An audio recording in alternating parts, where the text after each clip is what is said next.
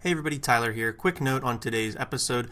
Due to some scheduling stuff, we had to record this a few days prior to the start of the regular season, so we aren't able to get into the Tanner Scott and Cole Sulser trade in this episode or the opening day rosters. So if you hear anything that's a little bit out of date, that would be the reason why.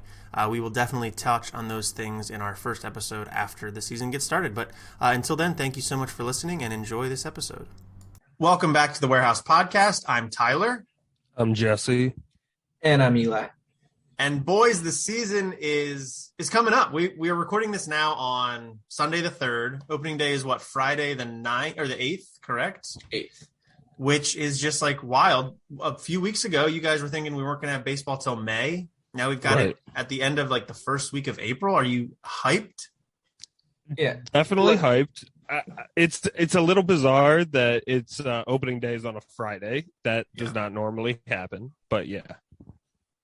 Okay. I just want to say we already apologized for the May prediction. We know that was wrong. You don't have to throw it in our face again. That's how it goes. You bring things up over and over again to humiliate your co-host. That's what that's what podcasting is. The heart of podcasting.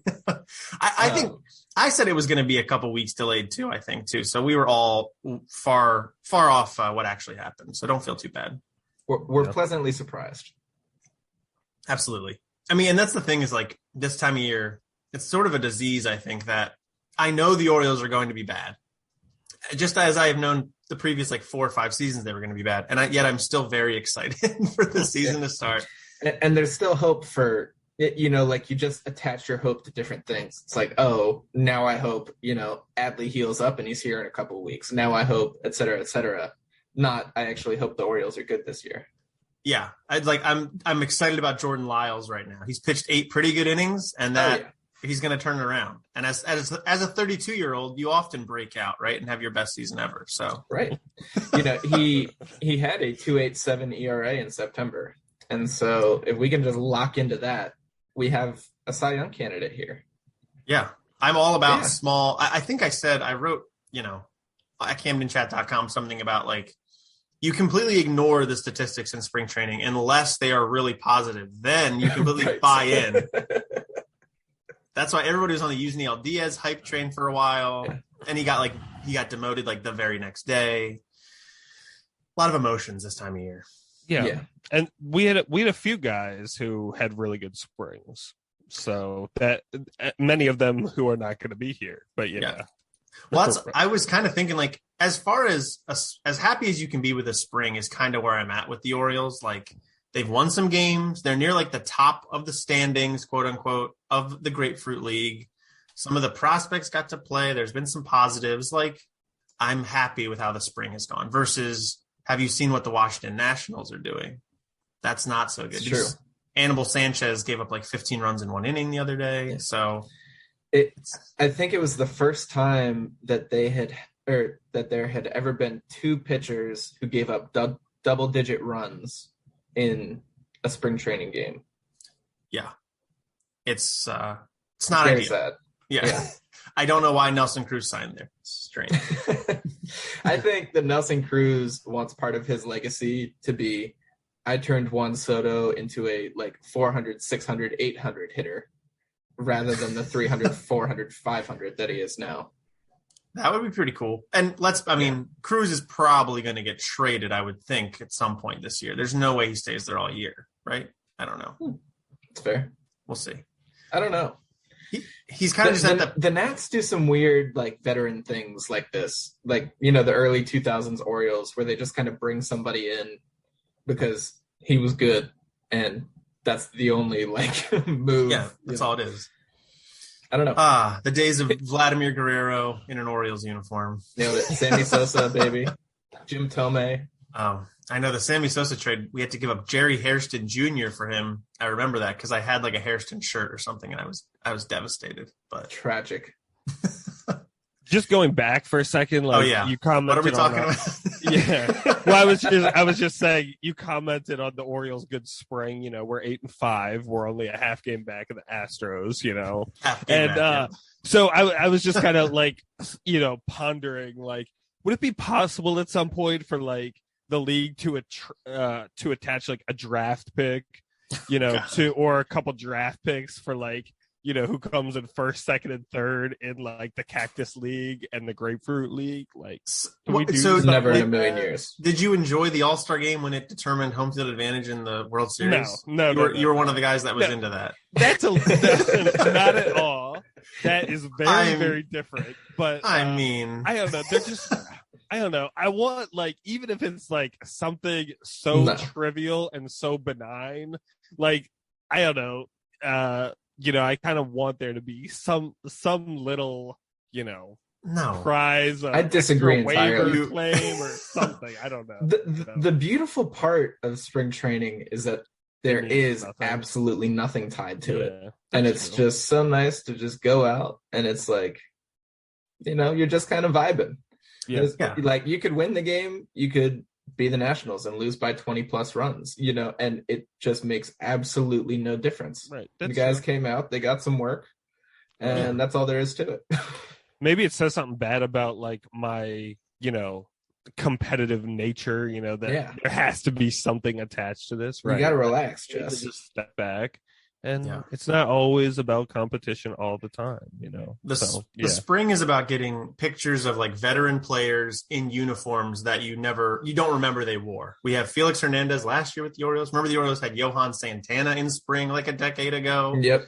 Like, that's what the spring is about. And I feel like you're going to disincentivize that with that idiotic idea you just threw out there that I think you're the only person in the world that has that belief. So we'll just ignore that.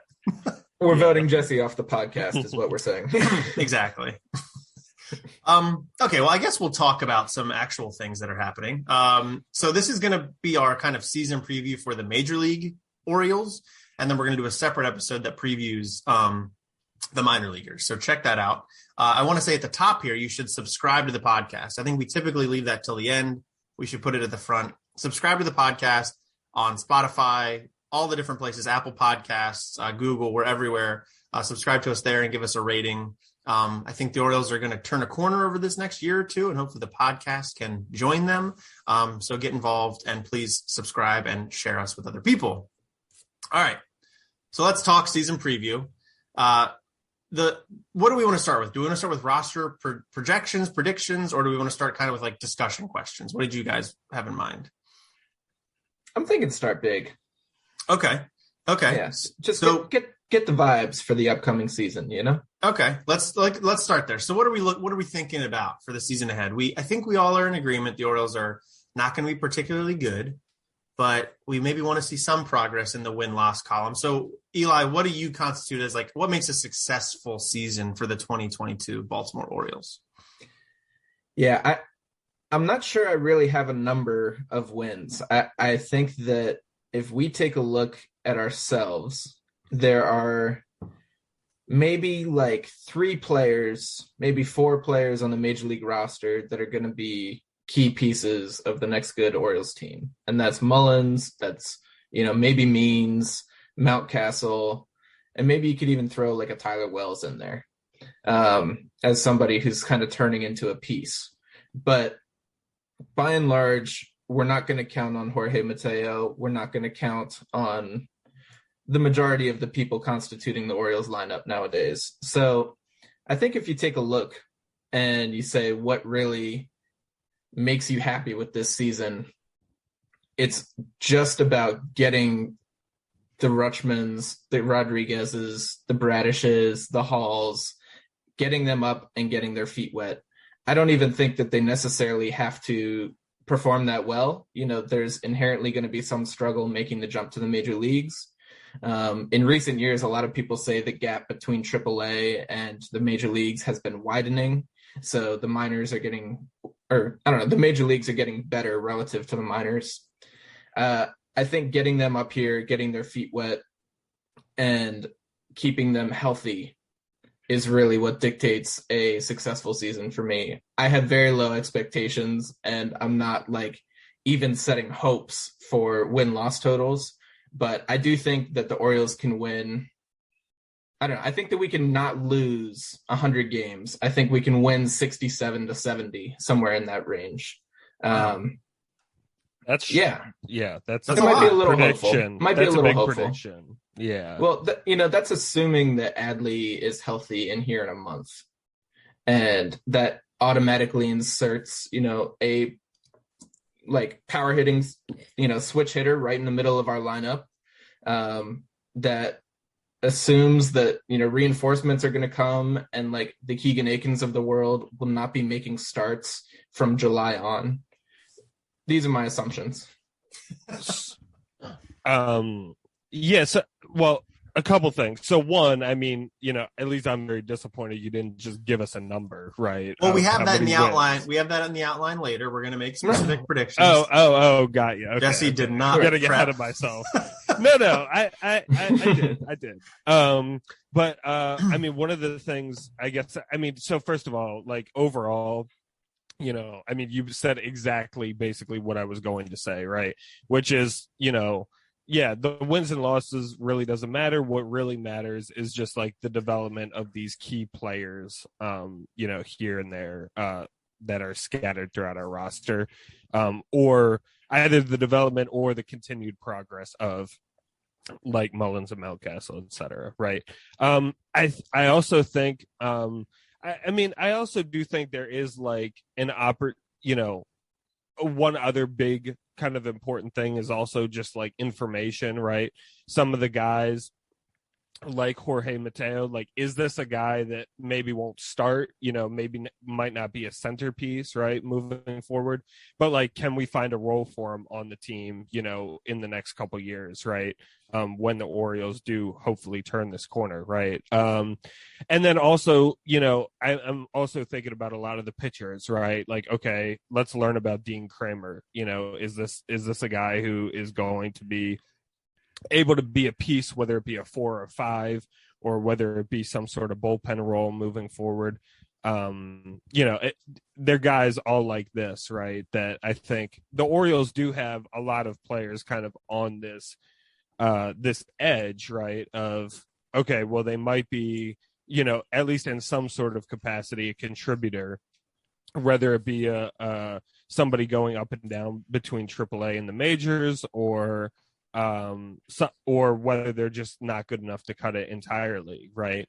I think also it's going to be very important for the Orioles to discover these sorts of things with actually a good chunk of the players on the Orioles roster right now. So, yeah, I don't have too much to add. I think for me, I'm really specifically looking at the pitchers this season, because as far as prospects go, we know Adley's going to be up at some point, provided he's healthy, yada, yada, yada. And I just expect him to be pretty good. I'm not saying he's going to win Rookie of the Year, whatever, but I think Adley's going to come up, be really good.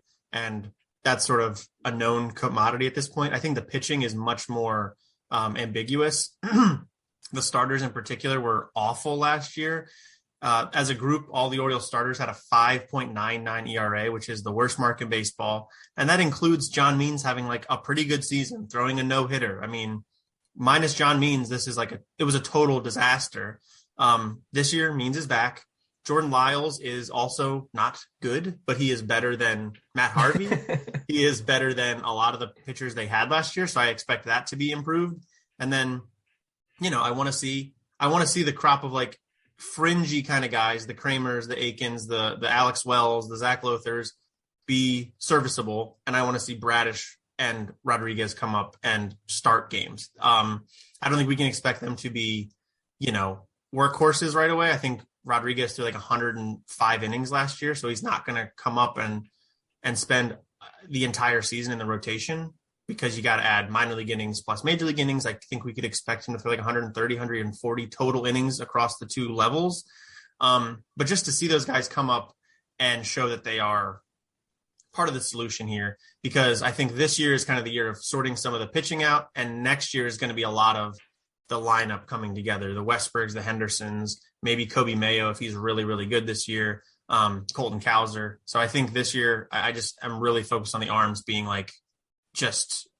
major league quality versus whatever it was that we saw last year. So again, wins, I don't tie wins too much to the success here, because I think it's going to be a lot of losing. And the division in general, I think is as good as it was last year, maybe a little better. And last year, the other 4 teams all won 91 or more games. So we're going to lose a lot.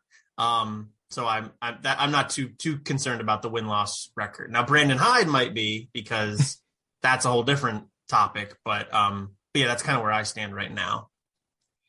So one little note that we did not mention anywhere in our outline or anything, but so yeah, this is kind of tangential, but we're going to roll with it. Thrown into the CBA was the reworking of the MLB schedule such that it's going to be more balanced in 2023 and on. Instead of 19 games against every team in the division, we're only going to play 14 games. And you will end up playing all the other 29 teams in MLB. And I think this bodes extremely well for the Orioles. I mean, it is nearly impossible to develop talent at the major league level, when they have to come up and they have to face the Yankees, and Giancarlo Stanton hits a ball 475 feet, and instantly your rookie pitcher, is not in a situation where he can try to work through a jam. Now he's 4 runs down. You got to kick him out of the game. I think that this really will. I don't know. I think it's a really good indication for the Orioles moving forward that we won't constantly be up against these other behemoth teams. And, you can measure us. Well, I guess one argument is people have always said, despite the Orioles having one of the worst records, they might not necessarily be the worst team. It's just that we play, 76 games against the Yankees, Red Sox, Rays, and Blue Jays, who, as Tyler said, all won 90-plus games last year. So while we are definitely not a good team, our record probably is not indicative of how good the Orioles actually are. And this will hopefully help improve that. I've always felt for a long time that each team should play every team at least one series a year, right? And it's always bothered me that we every 4 years or whatever it was, we would end up playing the Giants, or every 4 years, we would make a trip out to San Diego, So I'm glad that, I'm definitely excited about the adjustment, not just from the Orioles perspective, but also, we get to watch more teams and see different players, and that's really exciting. So. Yeah, I mean, the division setup is clearly built so that in the playoffs, different geographic regions are all interested because you got a California team and a New York team, and I think the way things are going, it's kind of moving towards maybe having AL, NL, sort of like it was a long time ago. And it's going to be the top performing teams make the playoffs because you're all playing each other. And that makes the most fair, setup to get playoff teams because they've talked about expansion. They're probably going to add a team in Tennessee and a team in Oregon or something like that. You're going to have they're gonna redistribute the divisions at some point is probably what's going to happen. Now that's not happening within this CBA, and it's not really super relevant to what we were just talking about. But as far as next year, the Orioles get to play maybe the Tigers a little bit more often, or the Athletics who are tearing everything down. That bodes well for us versus playing just all the really good teams because the Yankees and Red Sox are always good, and right now the Blue Jays and Rays are really good, and it's just kind of impossible, not impossible, but very, very difficult. So yeah, good point, Eli. So, okay. I mean, that's kind of sort of what we're kind of looking at for the season ahead in terms of vibes, as Eli kind of put it there. So do we want to get into more specific predictions now? So do we want to give a win total expectation first? I think the over under, I just looked it up. This is on VegasInsider.com, however reputable that is, but it has the Orioles at 60. Oh, odds are provided by DraftKings. Okay, so that's something. It has the Orioles at over under 62.5 wins. So are they going to lose 100 games? Or are they not going to lose 100 games? Eli, you kind of alluded to where you're at there. So you think over, right? I think over, and I'll put them at 68 wins. Okay. I just upgraded from 67 in the last 3 seconds. Some new information came in. That's right. To recalculate. Okay, cool. And Jesse, you sound like you're going to go under. Yeah, I'm going under. I'm going to have them at 58. They won 52 last year. That's right. important. That's exactly what I was going to say. They won 52 last year, so a lot of things would have to go a lot better in order for Eli's prediction to come true. Yeah, I mean, I think there will be a slight improvement. I think the Orioles will, get a little bit of a boost from some of these guys coming up when Adley gets here, Bradish, etc. Coming, Hall, among others. I think the Orioles throughout the course of the season will be able to inject, some exciting sort of talent into the roster, which might propel them to get a few more wins than they did last season. But overall, structurally, I think the starting pitching is going to be very, very bad. I was to find a different word than bad, but it's all that really came to mind. So I think the starting pitching is going to be bad. And I think over the course of a long season, we have a good bullpen. It looks like that we have the possibility for a good bullpen. We were excited about the bullpen last year, coming into the season. Didn't work out very well. Right. But so much of how well the bullpen does is tied to how well the starting pitching does. And it doesn't seem like the starting pitching is really going to make vast improvements this year. I feel like we're going to have a lot of short outings, guys that don't eat up a lot of innings, the exception being Lyles and Means, if Means stays healthy this year, right? So, we're going to find out. But, yeah, I just feel like there's a lot of volatility in the starting pitching, and I really think that is going to lead to a lot of on-field struggles for the Orioles. So. Yeah, I think that's fair. I'm going to go slightly over at 64 wins. So just to give you kind of the rundown of the division on these win total over-unders, it's got the Blue Jays as the favorite at 92.5 wins, the Yankees in second at 91.5, then the Rays at 89.5, and then finally the Red Sox at 85.5. The Red Sox are probably a little bit worse than last year. They lost Eduardo Rodriguez, but they got Trevor Story. We'll see. Chris Sale's back, I think. So I don't know. I don't know if I see and the Red Sox went to the ALCS last year. But I think they're probably a little bit worse. The Rays, they don't feel like a 100-win team, but the Rays never feel like a 100-win team, and then they just win 100 games anyway. It's infuriating. It is infuriating. Although, I don't know. Eventually, the league's got to catch up to Tampa, right? In some way, shape, or form. They don't spend money, yet they develop arms nonstop, and they always have a ridiculous pitching staff, and they score a ton of runs out of nowhere. Just eventually the league got to catch up to some degree. So I think what I'm kind of just trying to say is I think there's been enough movement down from the rest of the division to get the Orioles a few more wins. Now, 52 to 64 is a lot. 12 more wins is huge. But I do think those changes paired with, I think the pitching will be enough better. And I think the lineup is a little bit more secure this year for the Orioles than it was a season ago. So all that adds up to a slightly above that 62.5 over under to 64 wins and 98 losses. Yeah, I mean, you talk about the Rays scoring runs, and it's like, how do they do it? It's so bizarre. They have like G-Man Choi and Yandy Diaz like platoon hitting like 4 in their order so often, and it's like they're good, like decent quality players, but you would never think they would be 4 hitters in, this monster, like a great team right in the middle of the AL East, but they get runs and they, put bunts down and scratch and claw, and then they have some pop too. So yeah, it's amazing. Yeah. That's really what's so crazy about them is that like they platoon everybody. Mm-hmm. I mean, just everybody. Like, maybe Wander Franco will play every game this year, but like he hits righties a little bit worse. Yeah. So maybe like, I don't know. But yeah, like Jesse said, their 4 spot is, the cleanup hitter is a platoon. Yandy hits against lefties. G-Man Choi hits against righties. And that's what they do best, is they just find matchups for their guys. They find these advantageous situations.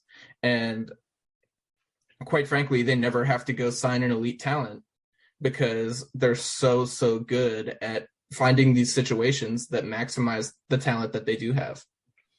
And then they have a player like Brandon Lau, who was like a fine prospect, University of Maryland guy, just comes up and hits 39 bombs last year and is now like the best second baseman in baseball offensively. Like what? There's that too. Yeah. Yeah. So so him and Franco together is like one of the best middle infield tandems in the league. Franco's been an uber prospect for forever, but they just know what. And then also they fleeced the Pirates a couple years ago. That was for Chris Archer. That helps. Yeah. Shane Baz really hasn't even had a full season at the major league level too. That's the most ridiculous part of it. Yeah, and they ended up with Chris Archer again last year. Although I think he's somewhere else now, but I don't think he's signed yet. Yeah. But free agent. Okay. So that's our win totals. Now we get into some more general topics here because the Orioles infield is very unsettled. We're going to reveal our 28-man roster predictions for opening day because we are, again, recording this a little bit early. But the infield is very unsettled apart from probably Ryan Mountcastle playing the bulk of the innings at first base. So I wanted to talk the rest of the infield and maybe who we think is going to play most of the time at the respective infield positions, second, third, short. We've got a mix of Rougned Odor is in there, Jorge Mateo, Kelvin Gutierrez, Chris Owings. Jahmai Jones is around, but he got demoted. There's all that kind of stuff. So, Jesse, if I ask you right now, who do you think will play the most innings for the Orioles at second base specifically? Who do you think that's going to be in 2022 for the Orioles? I'm going to say Jahmai Jones, even though he's not going to be on the roster immediately. But, yeah, I have Jahmai Jones. You don't sound super confident in that. I'm sticking to it. No, I'm sticking to it.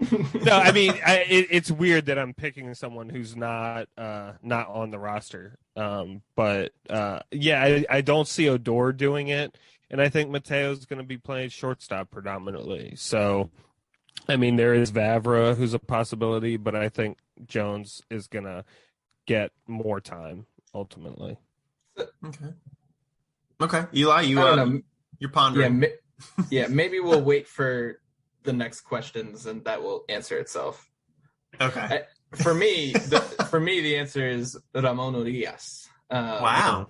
Yeah, I think that's different. Yeah. He takes over second base for Odor pretty early in the season. I think that they like Mateo more at shortstop.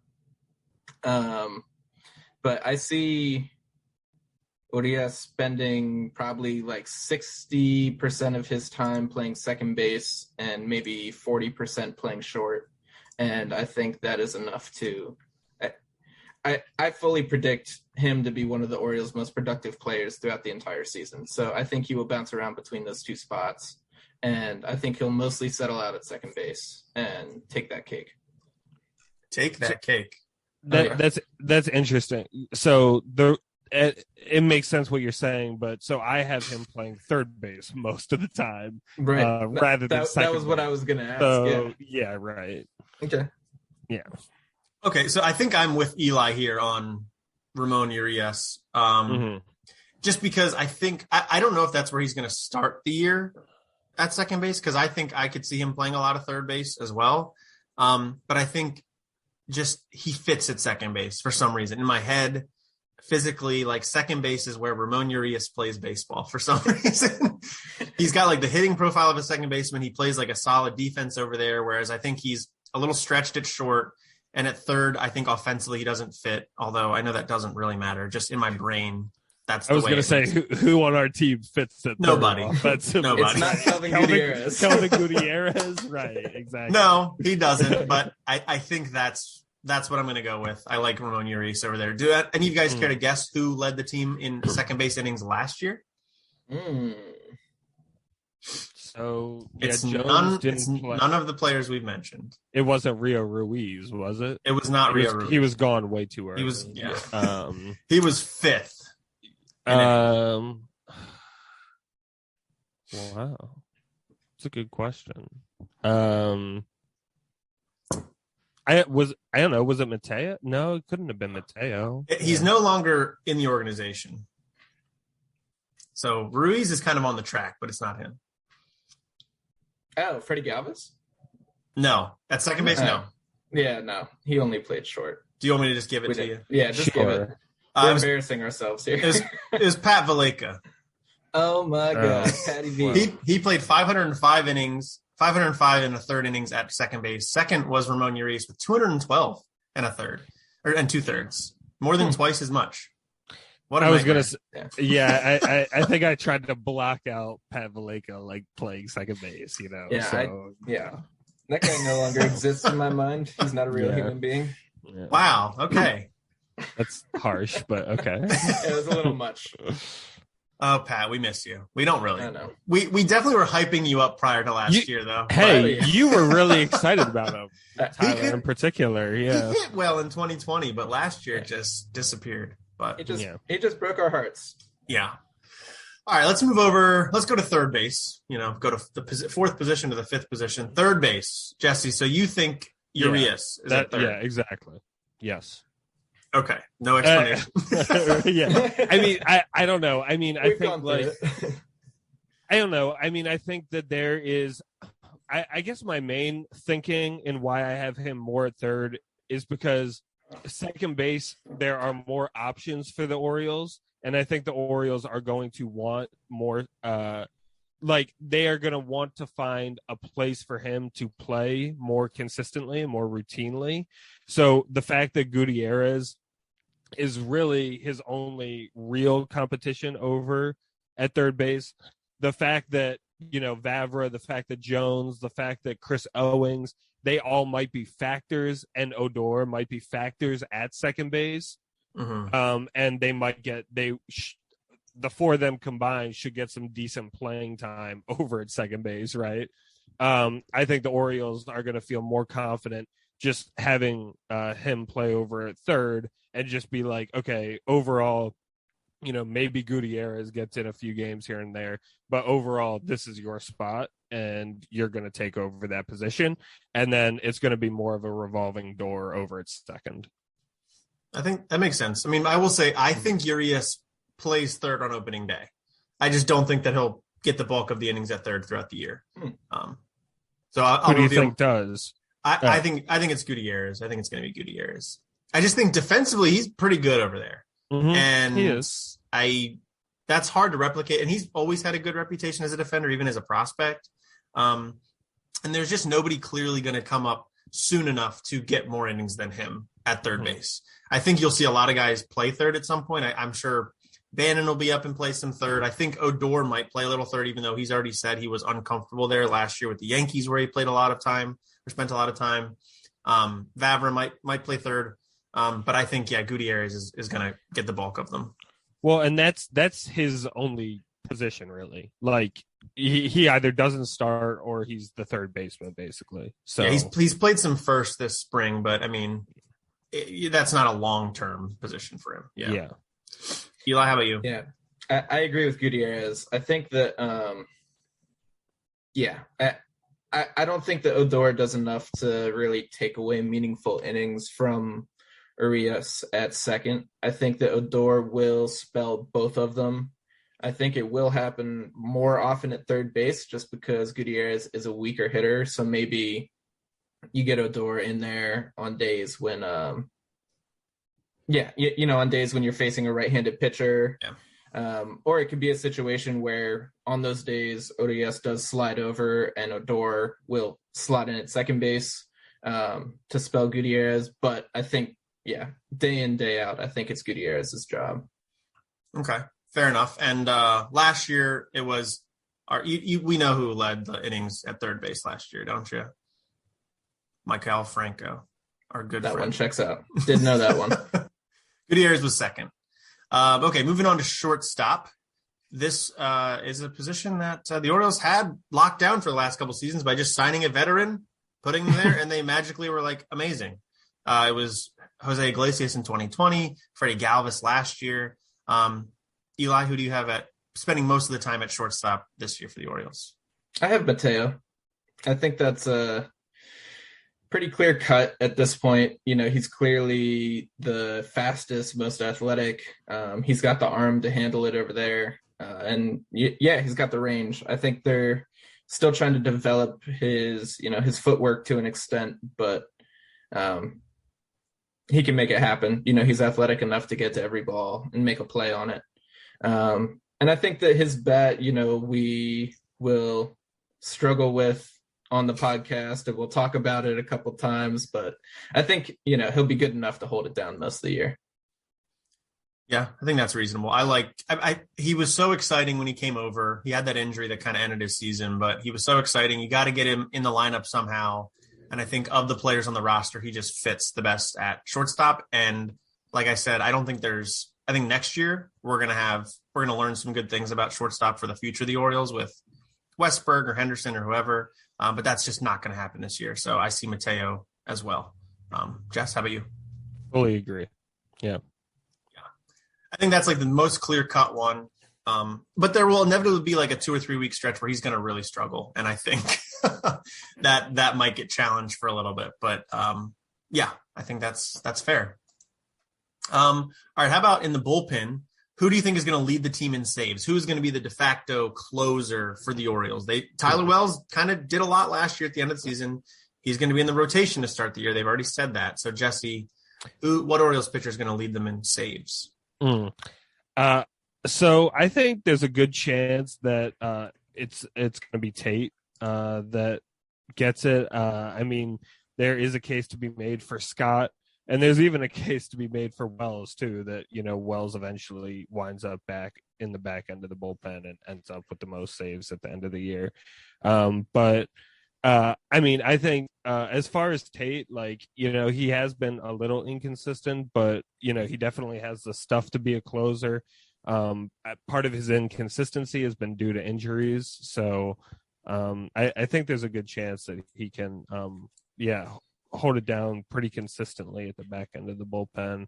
Of course, I do think there will be rough stretches for him where it's going to be a few weeks where it'll be a closer by committee thing or something like that, but I definitely think Tate has a good chance to do that. So okay, yeah, I feel like that is kind of a dark horse pick. I think I have in mind somebody else, but Eli, I'll let you go first.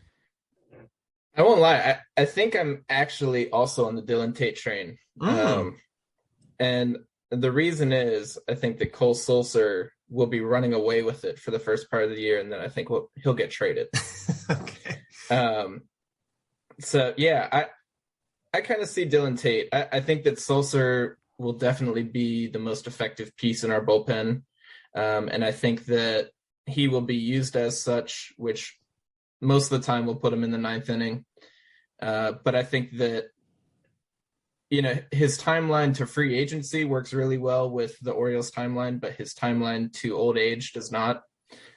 He's already like 32 years old, and I think it's safe to say that he's going to lose some productivity in the next, in future years. So I think the Orioles capitalize on him while the iron is hot, so to speak. And I think we trade him at the deadline, and then Dylan Tate is the guy who takes over. I was struggling with this between him and Tanner Scott. I think that Scott just is a little bit too unreliable, and I think that Tate is still improving a little bit. So that's where I'm at. Okay. Yeah, I think you kind of alluded to what I'm thinking, which is I think it will be Cole Sulser, because I don't know how many save opportunities the Orioles are going to have as a group. So if he does get a big lead, he might just keep it. And he's definitely going to be the guy I think that Brandon Hyde can rely on the most. I know the closer project with him in 2020 did not go well. We learned he had broken his toe or something, had some kind of foot injury he just pitched through, and then was really good last year. I think they go back to that well. And I do think he's potentially the biggest piece to move for the Orioles this year in terms of return, just because he's got years of control. He's been good. Everybody needs bullpen help. So I hear you there, but I think even if he gets traded, he'll get a big enough lead to have the save crown for the Orioles last year. He tied for the most saves on the team last year with 8. The other pitcher that had 8 was Cesar Valdez. There were 4 other pitchers that got saves last year. It was Tyler Wells with 4, Dylan Tate with 3, Paul Fry with 2, and Adam Plutko with 1. It is just so embarrassing. It is so embarrassing. Like, you could just look at our saves and like be like, well, they clearly didn't have a good year this year, right? Yeah, 26 total saves. No saves for Tanner Scott, which is surprising, but then you remember he was, I don't know, the last 2 months of the season he fell apart, so it's not, I guess, super surprising. Okay, cool. So who do we think is going to be traded? Eli, you already kind of said Cole Sulser. Is he the only one you think will be traded, or are there any other names in particular? I think this is Santander's year to go. I don't necessarily like it. I think I see more potential in him than most people do. To me, it's obviously about health. I think everyone agrees with that. But I think when he is healthy, he is, a top 30% of the league hitter. And I think he's really something pretty special. But that said, I think he puts together a pretty good first half. We see Kyle Stowers, Robert Newstrom, these guys ready to come up. And we are more than happy to trade Santander, get some good pieces back, and maybe, keep Austin Hayes in the lineup a little bit more, not necessarily at DH. I think DJ Stewart somehow makes it through the whole year, even though I want him gone. I think we just keep him around. But yeah, Santander is my guy to go, along with Sulser. Okay, and you think Mancini stays? I do think Mancini stays. I think that I guess we'll chat about it a little bit later, but the mutual option, I think, is a bone thrown to Orioles fans. I think that Mancini will be here this year and be gone by the next. That's understandable. Okay. So Jesse, what are your thoughts on trade pieces? Who's gonna go? I think the Orioles are going to have learned from not trading Paul Fry at the deadline last year. So I think Paul Fry is going to go this year. So that's one. I think Sulser will go. As far as I think Santander, I don't see that happening. I don't see it happening in the middle of the season. I would see that more as an off-season trade that gets worked out rather than in the middle of the season. Just because, I mean, for one, Santander is probably going to, the Orioles are going to expect a team to be acquiring him basically as a starting position player, a starting outfielder.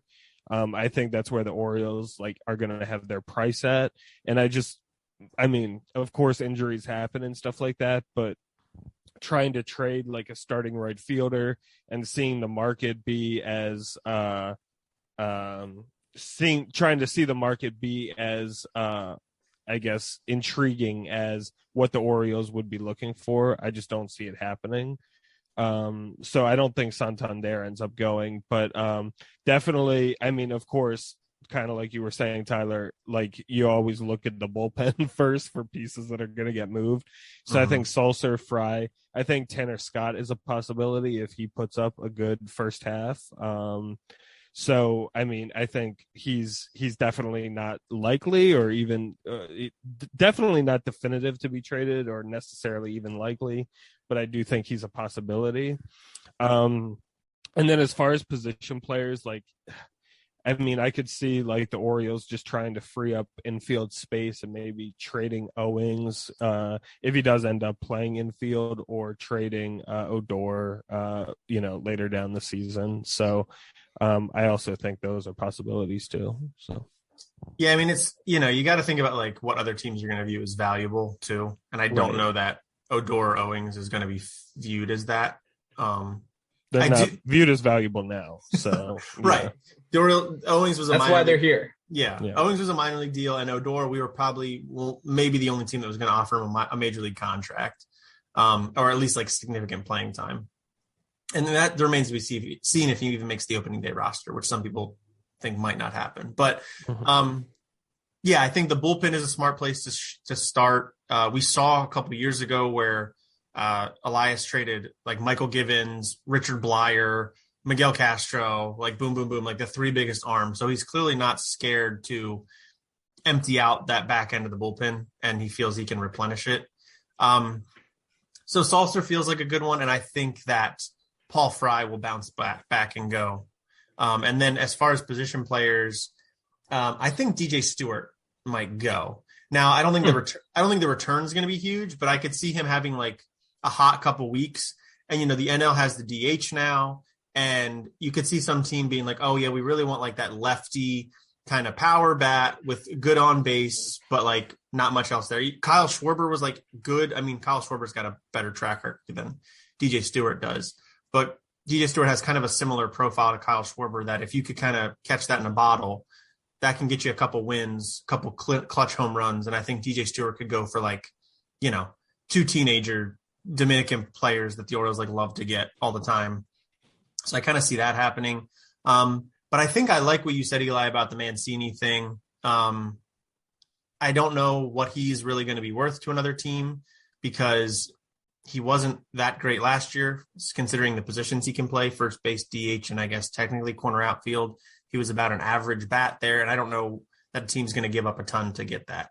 I think one player we haven't talked about that some people will think will get traded is John Means.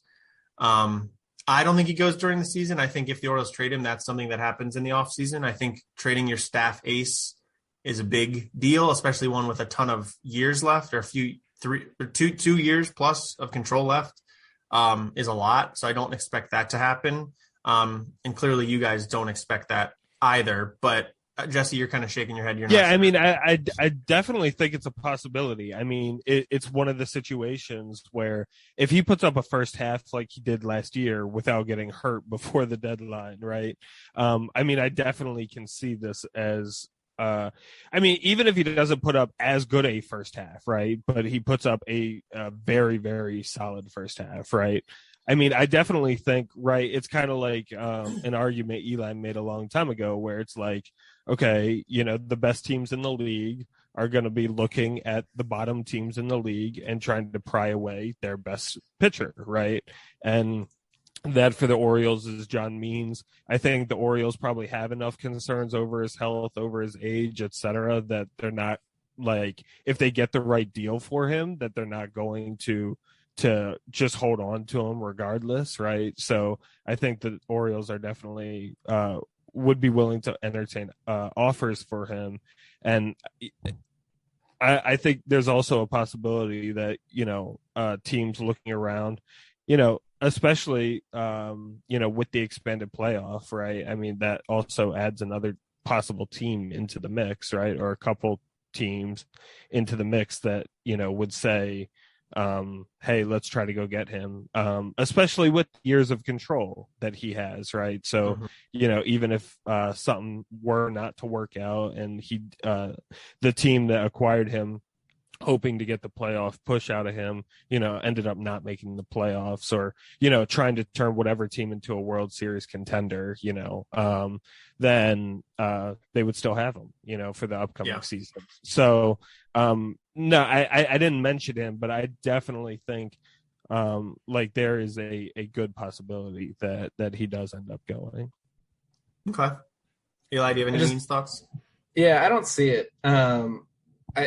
I think that the Orioles this year in particular, because we are going to be working some of the young stud arms in our system, we are going to start working them into the major league rotation.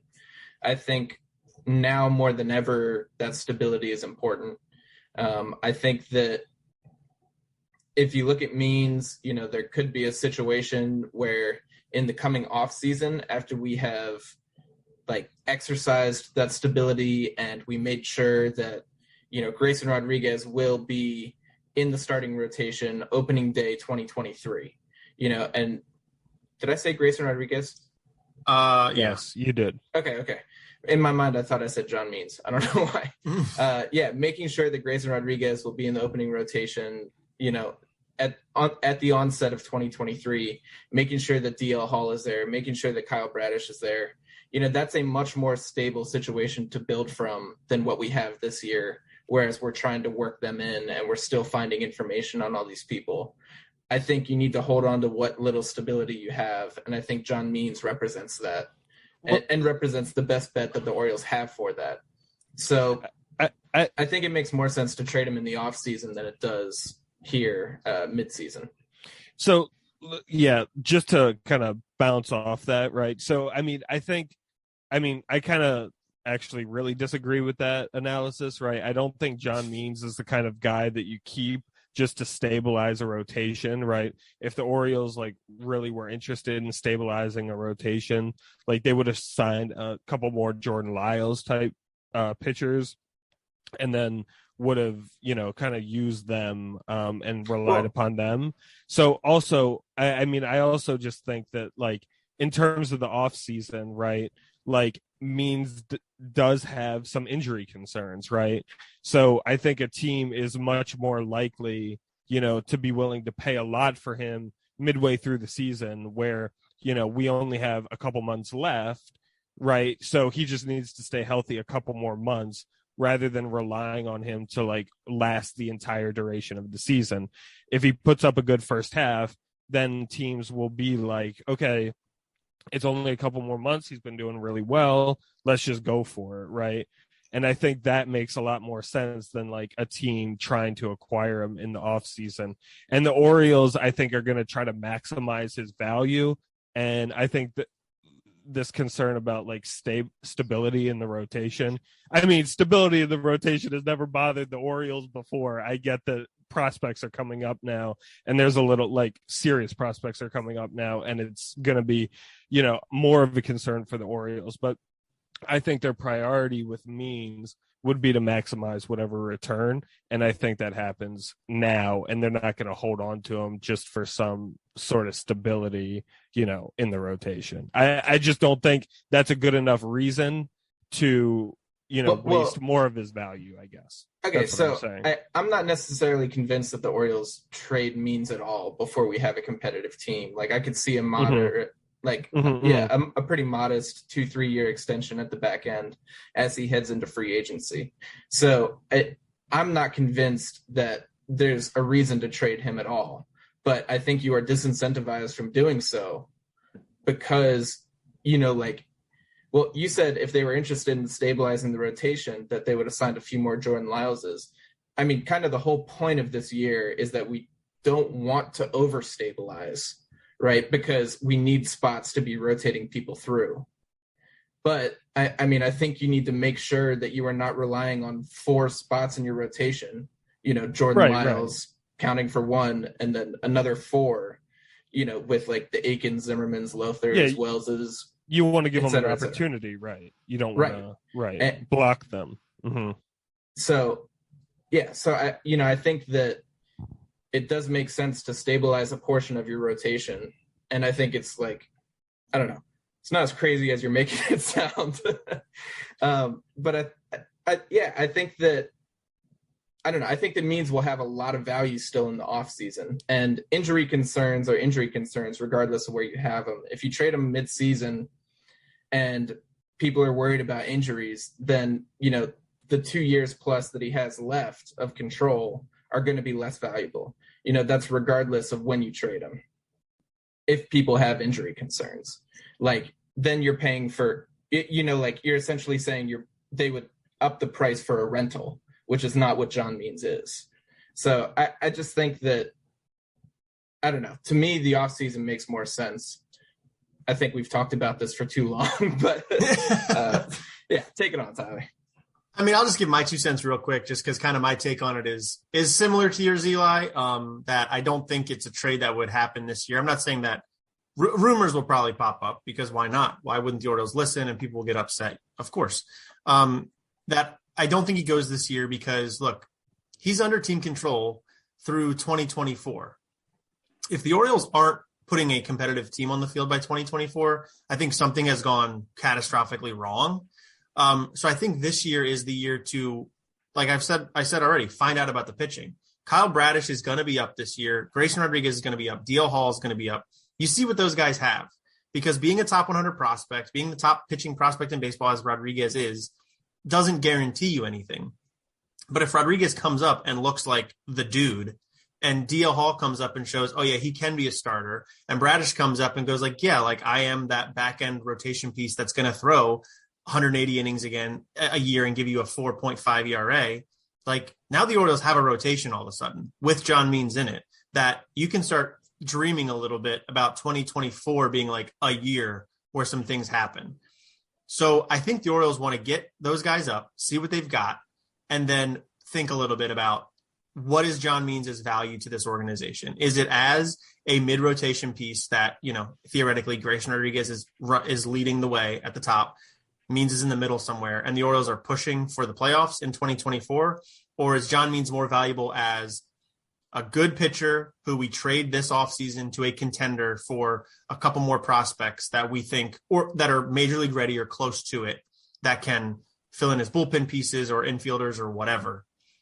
So I think that, yeah, there's a lot to learn this year about the pitching staff in general. Means is part of that. And I just think that it could happen this year. There will be talks this year. But if a trade is going to happen, I think the time for that to happen is next offseason.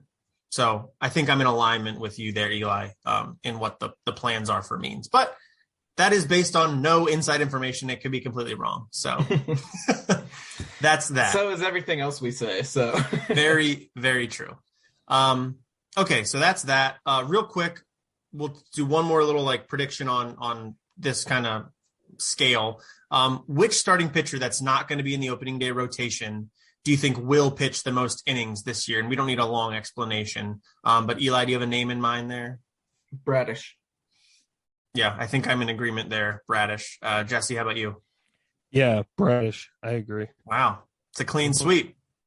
Boom. And we're moving. Yeah. Oh, he's going to give us an explanation. Okay. Well, I was just going to say, I mean, DL Hall is, of course, another possibility, but I mean, I think that I think you could kind of rely on Bradish more, and you can kind of expect more innings out of him overall. So I think they're going to be very cautious with DL Hall this year. So yeah, that's my only trepidation there. Right. The injuries. Yeah. All right, let's talk Orioles Awards. Orioles MVP, pretty self-explanatory. Who is going to be the most valuable Oriole? I think it was a consensus last year that Cedric Mullins took that. Jesse, do you expect a repeat for Cedric Mullins in that role? I do. I don't. I think there will be a little bit of regression. I don't think it's going to be the dream 30-30 season again, but I think he's going to clearly be the Orioles MVP. So, yeah. Fair enough. Eli, how about you? Cedric Mullins. Oh, wow. Should I be different? Something I feel like Ryan Mountcastle is going to do is going to turn the corner a little bit this year. I think was a little bit of a disappointment last year. Didn't really contend for Rookie of the Year in the same way that I thought he was going to. So I'm going to say Ryan Mountcastle is going to be the MVP. While Cedric Mullins still has a good season, Mountcastle is going to be like a 3 or 4 win player this year. Why do you think Mountcastle was a disappointment last season? Well, he wasn't as good as he was in 2020. He was fine, but he wasn't quite at the heights that he was in 2020. And I think that got a lot of people excited, and he was going to be like this runaway superstar. And I don't know that Mountcastle ever really was going to be that player, but you get people thinking that. And I do still think he's like a solid middle of the order type hitter, somewhere like 4 to 6 in your order. And he's going to hit you like 30, 35 bombs. But yeah, I think the obviously, the big problem with what you're saying is just the defensive value, right, that they both bring. So I think like even like Mountcastle would have to hit so much better than Mullins in order to be an overall better player. And and the thing is, like, I definitely think, like, don't get me wrong, I do feel confident in Mountcastle's ability to hit, right? But I do think there is something about Mullins's tools that are more reliable overall. Sure. It's what I would say to that is Mountcastle's not going to play the outfield this year. So that's automatically boosting what his overall value is. He's probably going to hit a little better than he did last year. He was always sort of a top tier prospect. Mullins, I mean, there's numbers there that suggest he's not going to regress too terribly much, but he also was like, not that long ago, was one of the worst players in baseball. So like, I love Cedric Mullins. I think he is here to stay as a major league player and potentially a Gold Glove caliber defender. But offensively, we know that he's had issues in the past. So, like you said, a 30-30 season probably isn't going to happen again. I hope it does. Right. But that's just my thing there is I'm not sold on him being like a perennial all-star type. Whereas I think Mountcastle, with playing just like basic first base defense, will hit better, and that value is going to go up to like a 3 or a 4 win type of a player for this year. Maybe not for forever, but that's just my guess. And do we have any, just really quickly, dark horse candidates for this title? I think Austin Hayes is a dark horse candidate. And then potentially Mateo or Urias being dark horse candidates. I mean, Urias maybe. Yeah, maybe. I don't see Mateo. No. I think Rutschman's is a dark horse candidate if he comes up early enough. Definitely. That's valid. But yeah. Okay. Gotcha. Yeah, okay. Well, let's talk about an easy one, I think. Orioles Cy Young. Means. I think Means as well. There's not really any other contenders. Unless he gets hurt, maybe a bullpen arm. But right. I was going to say I have a very dark horse candidate. Very, very dark horse, right? Say it. And Dean Kramer would be it. No. But like what? No, I'm just saying. Okay, like if Means, let's say like Means was out, like the majority, like if Means was not eligible for this for whatever reason, like he was hurt for the vast majority of the season. I mean, don't get me wrong. I understand that it is very likely not to happen. But he has the stuff. If it's not going to be a bullpen arm, then, and we're looking at the rotation, I mean, there are not a lot of other guys there, and I could see him taking a step forward. So, don't get me wrong. A lot would have to happen in order for it to be Dean Kramer. But if I'm looking around, what is the percentage chance in your mind that this happens? I don't know, 4.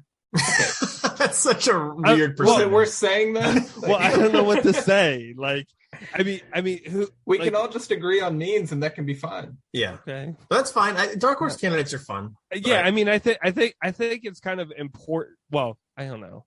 I think it's important to make this episode as long as possible. I was going to say, is anything we do useful? But, like, I don't know. But, just if it's not Means, if something happens with Means, well, who else, right? And I'm looking around. It would be like Jordan Lyles or something, because he'll throw like 100. I would take Jordan Lyles. I would take Tyler Wells. I would take maybe even Bruce Zimmerman over Dean Kramer. Well, I'd take all of them over Dean Kramer. Okay, 100%. Yeah. Wow. Okay.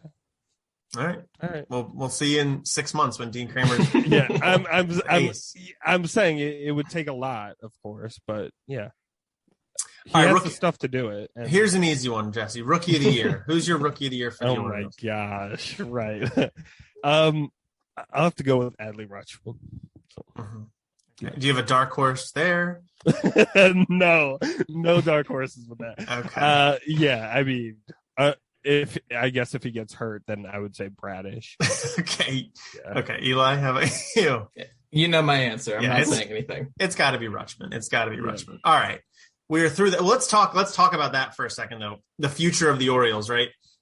When do you expect the big three, which is Adley, Grayson, and DL Hall? You don't have to give an exact date necessarily, but when in the year, Eli, do you expect each of them to arrive on the scene? I think that Adley will be here. I think he's going to take 2-3 weeks to get healthy at Norfolk. And then I think first week of May, he's up. DL Hall, I think they're going to be super careful with. They will stretch him out slowly. And I think we'll see him in... Let's go like back end of July, maybe early August. And I think that Grayson Rodriguez, they're just going to be super careful with his innings. So I think he stays down for at least 2 months at AAA, just throwing 5 innings per start and maybe a little bit extra in the tunnel or something. And then I think we see him around June. And you think DL Hall will come up as a starter or in a relief? I think DL Hall comes up as a starter. Yeah. Okay. Jesse?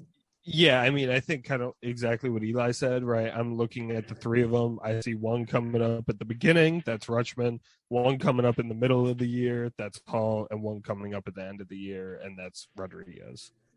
You flipped Hall and Rodriguez from me. Yeah, he had Rodriguez earlier. Yeah. And I think that's Rodriguez is healthy. I have Hall earlier. Hall's health, but is healthy, but yeah. Yeah, I think Adley's going to be up really fast. Some people have speculated online that if he wasn't hurt, he would have made the opening day roster, and I think that's fair. So I think that's fair. I thought you said you thought that wasn't happening because of the manipulation of service. Well, it's not going to happen now because he's been hurt, so they can avoid the whole thing. But you were saying that didn't. Yeah, if he wasn't hurt and had a healthy spring, I think he would have been good enough that it would have been impossible for them Good enough doesn't mean anything. Well, I know. They could have done what didn't the Pirates are sending down their prospects and their O'Neal Cruz, yeah. Yeah. So yeah, I think Adley will be up. I think he'll be up before the end of April. Well, okay. we only have 2-3 weeks in April. So I'll say, yeah, I think I agree with you. I agree with everything Eli said, basically. I'll just copy what Eli said. I think that's all that needs to be said because that makes perfect sense. And do you guys have any expectations there on performance, Eli, on those 3? I think Adley's a stud. I have bought in fully. I think there will be maybe a month's adjustment period, and then he will turn into a 110 OPS plus kind of guy and will handle his business behind the plate right away. Okay. Yeah. Okay. Do you want to share your thoughts on the other 2 or just the other 2? I think Grayson does well. I think people will be surprised when he throws a fastball at the top of the zone at 100 and it gets hit out 415 feet. It's going to happen. He was able to get by on velocity, and I think there will be some refinement. But I think by the time that August and September come around, he's going to be rolling. DL Hall, the command issues, I think he might be up and down a couple times, but I think he finishes out the year on a high note too. Okay. Jess, how about you? Yeah, I'm kind of in agreement. I think you're a little optimistic on Adley immediately, or a little, I would temper that a little bit from what you're saying, but I think he's going to be a top 3rd catcher in the league, when he gets up, or, give it a month and he'll be a top 3rd catcher without a doubt. In terms of the other guys, yeah, I think Hall is going to have some rough stretches. The command is obviously his problem, but I do think he is going to show glimpses of his ability, and I think he's going to put together some good streaks too. And then, yeah, I think what Eli said about Rodriguez was on point. So, yeah, I think everything you guys are saying is right. So I won't reiterate it too much. I could see a scenario where Grayson struggles, quote unquote, a little bit in his for his standards, I guess, where he's not going to be shutting down teams for 5 innings every time. He'll have some 4 innings, 2 earned runs type of outings. So it's not going to be super clean. I think next year is where Grayson really starts to impress. And I could see DL Hall outperforming him for a little bit, just because DL Hall's repertoire is very unique from the left side.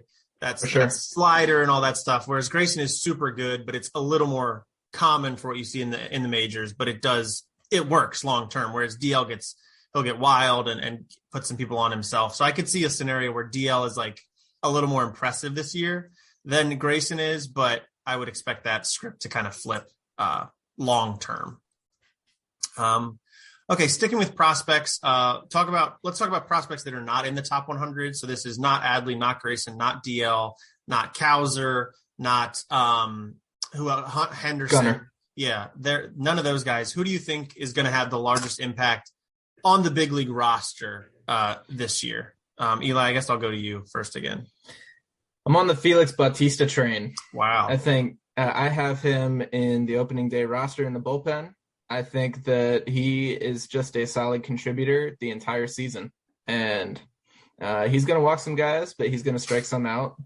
98 to 100 plays pretty much wherever you are. So, yeah. Team Bautista. That's fair. Jesse? Yeah, so I definitely match Eli's excitement about Bautista, but I think Bradish is going to have the biggest impact. I think there's going to be, we have some of the infield guys listed here. I think Bradish is going to have the opportunity cut out for him in the rotation. I think Bautista will too in the bullpen, but I guess I'm just giving Bradish the edge because we're going to need him more. We're going to need a good rotation piece more than we're going to need a good bullpen piece. And so I'm giving it to Bradish, but I definitely match Eli's excitement about Bautista. Yeah, I think I agree with you, Jesse, on the Bradish part. Just starters are so much more, not, I guess important is the word, but they're like the sexy part of the pitching staff, right? They're the guys that you write the storylines about, they battle throughout the night or whatever it is. And the Orioles, we're as a fan base so hungry for any sort of legitimacy on the pitching staff front and the starter front that Bradish coming up and being like mediocre will be incredible. Mediocre by major league standards will be a revolutionary. So I think I see that as well. They're not bringing him with the major league club on opening day, but he's staying in Florida to build up. That sounds a little bit like, let's do the service time manipulation game, get him up as soon as possible and get him into the rotation. So I think we see him early and we see him for a long time. Whereas Bautista, I can see some struggles there. He might get, optioned a couple times. The bullpen is always in flux. So I agree with you there, Jesse. The last bit of business we want to talk about is just a news thing that came through, or a news event that came through this weekend. The Orioles have finally avoided arbitration with Trey Mancini. They had said they were going to do the file and trial because they could not come to an agreement by the deadline a few weeks ago.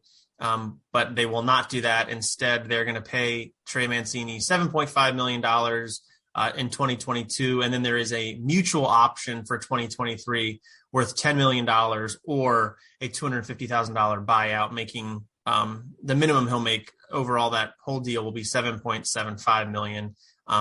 The Orioles are not going to pick up that mutual option, but it's nice that it's nice that it's thrown in there. Eli, you kind of said something earlier about throwing a bone to the fan base. So what's kind of your take on this agreement? Yeah, I think I don't know. For one thing, with the $250,000 buyout, this brings the total value of the deal to 7.75, which is closer to what Mancini had asked for than what the Orioles had proposed in arbitration. So you can kind of look at it as it's a means of getting him, getting closer to the salary that he had asked for, so that it was easier to come to a deal. It can be looked at in as simple terms as that. I think that it gives the fans some hope, so the mutual option is kind of nice for them while also making that business sense that we just talked about.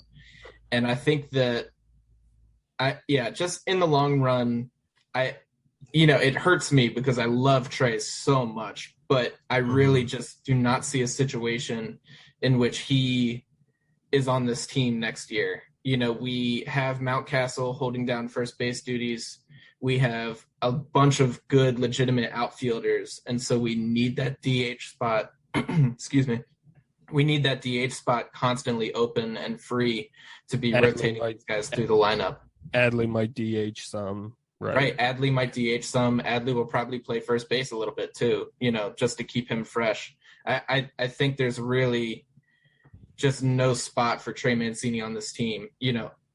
He is so unbelievably valuable as a clubhouse leader, and I get that, but I just don't know where you play him in 2023. So I just don't see the option being picked up. And what I'll say is, if Trey has a season like he did in 2019, Trey's not going to pick up the option because he's going to be worth more than $10 million. So I just don't. Yeah, it's tough to see a scenario where it makes sense for both sides to pay Trey Mancini $10 million next year. Eli or Jesse, do you have a different read here?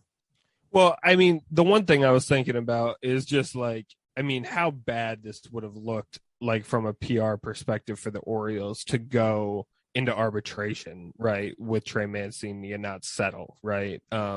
So, I mean, I think hopefully there was some good pressure on the Orioles for having to do that. Yeah, I mean, and the difference in what their proposals was like $600,000, right? And the Orioles weren't willing to give them the $600,000. They were going to go to arbitration over it. Go ahead. Okay, so let me say one thing. This is something that a lot of people do not recognize.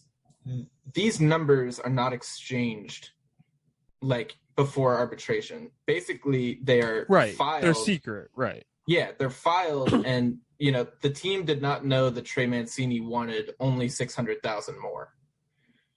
Like I'm sure they had. But they still negotiate that, right? They had some contract talks, but the actual number that is filed, everyone's like they're going to arbitration over $600,000, and I'm sure they had some conversations, but I'm not convinced that that like final number was ever truly discussed. Because that value is going to be smaller than what Trey Mancini was negotiating for, because he has the ability. Right. I mean, you have to make the more reasonable filing in arbitration. No, that makes sense. Right. Yeah. And yeah, I mean, just to kind of highlight the process, like in more detail, right? Like Mancini could have been asking them for $8.5 million, and maybe he wasn't budging on that. That was like his number or whatever. Right. And yeah, the arbitration process, what happens is like the arbitrator ends up picking one side, one number or the other. Right. So it basically forces both sides to kind of be reasonable, right? To kind of moderate what they're asking for a little bit, right? So, yeah, no, I definitely get that. Although whatever the amount was, if it was more than like the $600,000, I mean, for the Orioles, right? It's relatively small relative to what, Trey Mancini means, to the Orioles and to the fans and the organization overall. So yeah, right. I know you're not disagreeing with that. So right. So I'm just saying I think it would have been a really bad look had the Orioles like gone through arbitration with him, and gone through the entire process and tried to make it basically, more or less a war, right? Like it's either your side that's going to win or it's our side, right? So I'm glad that ended up being avoided overall. So, but yeah, in terms of what you were saying about Mancini being on the team next year, I mean, yeah, I don't even I don't even get, maybe it is just like throwing a bone to the fans, like getting them possibly excited or whatever. But I don't get how the $10 million option even made it into, and it's a mutual option too, Well, what I'll say is I really understand how that made it. I think what Eli just said about the arbitration process, I think a lot of fans, especially casual fans, don't comprehend the arbitration thing at all. Because if you see it posted online that, especially on Facebook, because it's a nightmare, they'll post something like, we've signed so-and-so to a contract. And then all the comments are like, yes, like this is so awesome. Like we love him. I'm so glad he's back. It's like people being like, they just clearly don't understand. Like Trey Mancini was going to be back next year, but saying that we've signed him to a contract and posting it on social media sounds good, feels good, all that. And saying, oh, there's an option for next year, that feels good too. So like the people that really follow baseball clearly understand that there is almost zero chance this option gets picked up. But the general Orioles fan that loves Trey Mancini is very happy about this, is what I would say. So I think what Eli's saying makes sense, but clearly he's not going to be playing next year in Baltimore on that contract. I mean, isn't it just deferring it though? Like, because eventually Mancini will probably be like, yeah, I'll sign up for the $10 million option. And then the Orioles are going to be like, no, well, sorry, Well, so like from a PR perspective, is that even helping the Orioles at all to put the option in there? I think it definitely helps. I think it definitely helps when, when you're saying goodbye to Trey, you can say, well, we've got Grayson, Adley, DL Hall, Kyle Bradish, Yeah, all these new There's exciting no players. room. And this is like the next, these are the new faces of the franchise. This like, is who you'll love we love now. Trey. Right. But yeah, literally. Look at DL Hall's hair. Right. These are the guys who are going to be on the banners outside Camden Yards on the light posts, Yeah. Yeah. Yep. That makes total sense. Yeah. So yeah, that wraps up our preview of the 2022 Baltimore Orioles. Oh no, do we want to do our rosters real quick? Do we want to run through that? I know we've gone long here.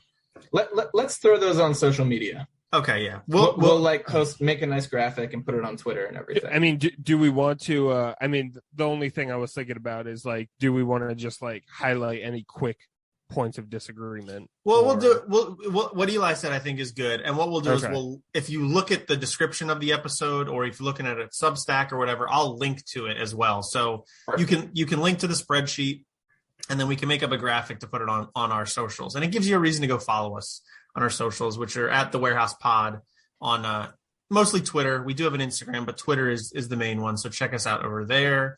And yeah, like I said at the very top, subscribe to us. And we're going to, now that the season's going, we're going to try and get on a better cadence this year, week to week.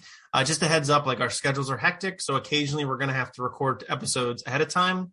But we are planning to, in general, release episodes on Monday mornings. So just keep that in mind. We'll put caveats at the top of any episodes that applies to. So we might miss some games in between recording and release. But yeah, just to give you a heads up. Yeah. Anything else you guys want to tell the fans, the listeners, the friends to go do? I'm good. Okay. Yeah. Thanks for joining us for this hour plus. Yes. Our next episode, or whatever, I don't know what order they're going to be in. We're going to have a minor league episode coming up here shortly. So check that out. But yeah, thank you so much for listening to the Warehouse Podcast. Until next time, I'm Tyler. I'm Jesse. And I'm Eli. See you later.